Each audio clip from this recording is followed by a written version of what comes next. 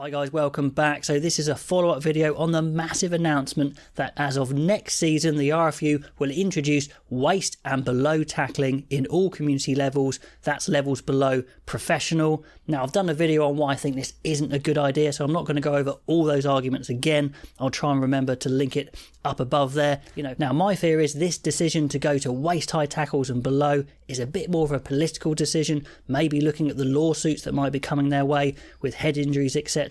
I do think it might be self-destructive for the game, but I really want to gauge your input, your responses. Yes, you made lots of great comments on the first video, but I want to do a vote. So I'm going to give you 5 options, and apologies if none of these options suit you. Do pop those in the comments below if you have different options, but I'm going to try and give 5 options that should suit most people, and I want you to pick one, and I'll come back with the results and see what you guys actually think, because it could be a really interesting exercise. Now, in my opinion, the RFU going to waist-high tackles and below is literally like going to DEFCON 1 before they've explored other opportunities. So I'm going to start with option 1. I call it DEFCON 5, and that is do nothing, keep the status quo, just keep it as it is, and hopefully the tackles will come down with education, etc., the cards that are coming out. So that is an option. I'm not saying it's the one I'd go for, but it's definitely an option. Now on to option 2, or DEFCON 4 if you like, going up a level. Many of your great comments did point out that, the long-term brain injuries, the really bad things that can happen are from repeated concussions when the brain hasn't healed. So maybe an option is to go for an increased protocol to stop players going back onto the pitch even more with head knocks, to really make sure they don't come back until they're absolutely right. I think it's going in the right direction, but maybe you could just go for keep the law as it is, but have more pressure on the protocols, a bit more strict. Now, in addition to the protocols, I'm suggesting that coaches need to be made to coach differently. So the RFU say you can only coach in an RFU sanctioned competition if you coach in a certain way. And let me explain.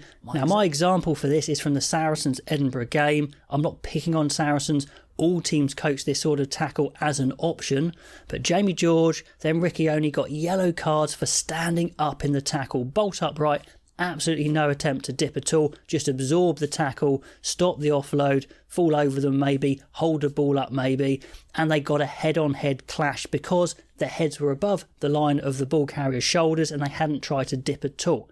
Now, are these just 2 isolated incidents when the players just decided to tackle the opposite to how they're being coached? No. Jamie George is one of the best players around, a very, very clever rugby player. This is clearly an option that defensive coaches are saying, stay upright, try and use your strength, absorb the tackle, maybe hold it up, slow up the ball, stop the offload. This is being coached in clubs all around the country, professional level, other levels, and I'm not blaming coaches. I'm sure I'd be doing the same if I was a coach because it's effective. So what the RFU need to do is take the decision away from coaches, go into clubs, make an edict and say, it's too dangerous to coach like this, you can't do it anymore. And if you're caught coaching, standing upright, the choke tackle basically, making it illegal, then you cannot coach in rugby anymore. You can't coach in an RFU sanctioned competition. Now that's quite a drastic change, but what it would do is change overnight those people standing upright in tackles, because believe me, all decent players will do what their coaches say, especially when there's jeopardy involved, i.e. they won't get selected or it's their job.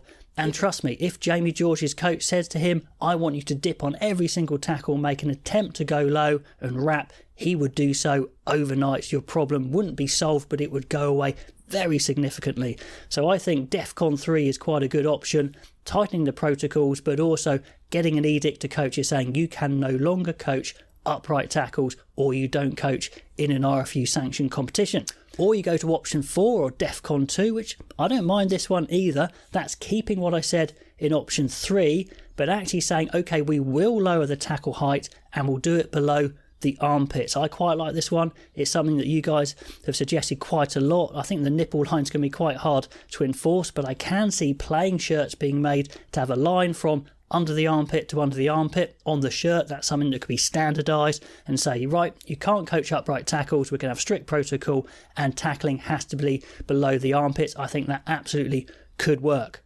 However, what I have a problem with is the RFU have gone straight to DEFCON 1, option 5 and said, right, we are going to say tackling below the waist, which I think is unworkable and also potentially unnecessary. And as you go down much lower, you do get more contact with the tackler's head on hips, knees and ankles and things like that. So have a think about it. There's a link below to the vote. It's on a Google form. Have a look at those 5 options and tell me which of those you would prefer. If you don't like any of them, fine, pop below what you would do, but maybe try and pick one of those 5 because I'd love to see where the opinion is on this. It'd be really interesting and I'll come back with the results. So go on the link below, tell me what you think. Okay guys, until next time, I'll see you then.